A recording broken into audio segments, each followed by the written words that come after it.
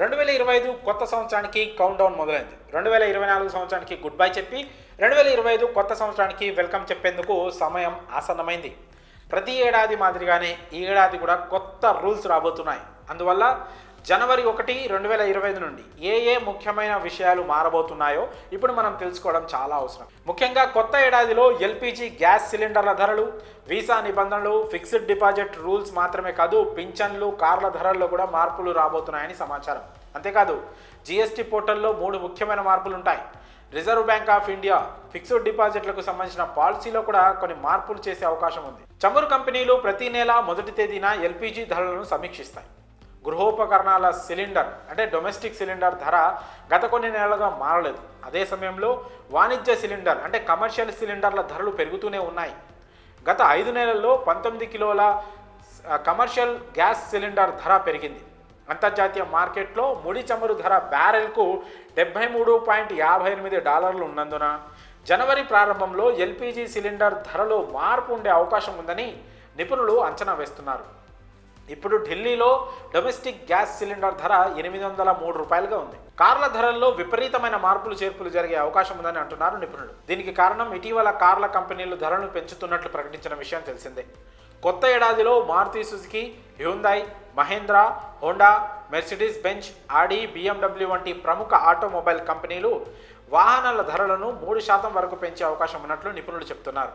Car కొనాలని plan చేసుకుంటున్న వారు దానికోసం ఎక్కువగా ఖర్చు చేయక తప్పదు. 2025లో టెలికాం కంపెనీలకు కొన్ని కొత్త నిబంధనలు రాబోతున్నాయి.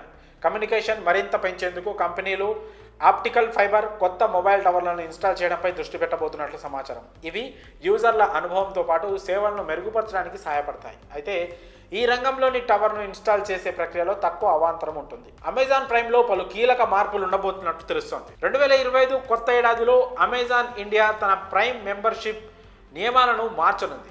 ఇప్పుడు ప్రైమ్ వీడియోను ఒక ఖాతా నుండి 2 టీవీలలో మాత్రమే ప్రసారం చేయొచ్చు. కొత్త నిబంధనల ప్రకారం ప్రైమ్ వీడియోను ఒక ప్రైమ్ ఖాతా నుండి 2 టీవీలకు మాత్రమే ప్రసారం చేయవచ్చు. ఎవరైనా ప్రైమ్ వీడియోను 3వ టీవీలో కూడా చూడాలనుకుంటే అంటే థర్డ్ డివైస్ కూడా వాడాలంటే అదనపు సబ్స్క్రిప్షన్ తీసుకోవాల్సి ఉంటుంది. గతంలో ప్రైమ్ మెంబర్లు ఒక ఖాతా నుండి గరిష్టంగా 5 డివైస్లలో ఈ సబ్స్క్రిప్షన్ని వాడుకోవచ్చు. కానీ కొత్త నిబంధనల ప్రకారం 5 డివైస్ల వరకు పరిమితి లేదు. ఈ మార్పులు జనవరి 1, 2025 నుంచి అమల్లోకి రానున్నాయి.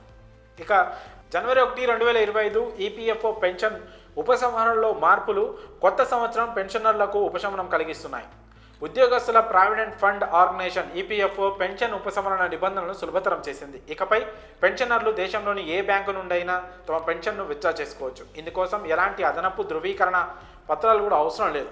ఈ నిర్ణయం వల్ల పెన్షనర్లకు ఎంతో ఉపశమనం కలగనుంది. జనవరి 1, 2025 నుండి రిజర్వ్ బ్యాంక్ ఆఫ్ ఇండియా ఎన్బిఎఫ్సిలు, హెచ్ఎఫ్సిలు ఫిక్స్డ్ డిపాజిట్లకు సంబంధించిన విధానాలను పూర్తిగా మార్చింది. ఇకపై కస్టమర్ల నుంచి డిపాజిట్లు తీసుకునే నియమ నిబంధనల్లో మార్పులు, లిక్విడిటీ ఆస్తులను ఉంచే శాతం, డిపాజిట్లు బీమా చేయడం వంటివి ఉండబోతున్నాయి. జనవరి 1, 2025 నుండి జిఎస్టీ పోర్టల్లో 3 ముఖ్యమైన మార్పులను ప్రకటించింది. ఇందులో ఒకటి ఈ-వే బిల్లు కాలపరిమితి చెల్లుబాటుకు సంబంధించినవి. అయితే ఈ మార్పు జిఎస్టీ పోర్టల్కి సురక్షిత యాక్సెస్కి సంబంధించింది. ఒకవేళ ఈ నిబంధనలు సరైన రీతిలో అమలు చేయకపోతే కొనుగోలుదారులు, వినియోగదారులు, రవాణాదారులు తీవ్రంగా నష్టపోయే అవకాశం ఉందని అంటున్నారు.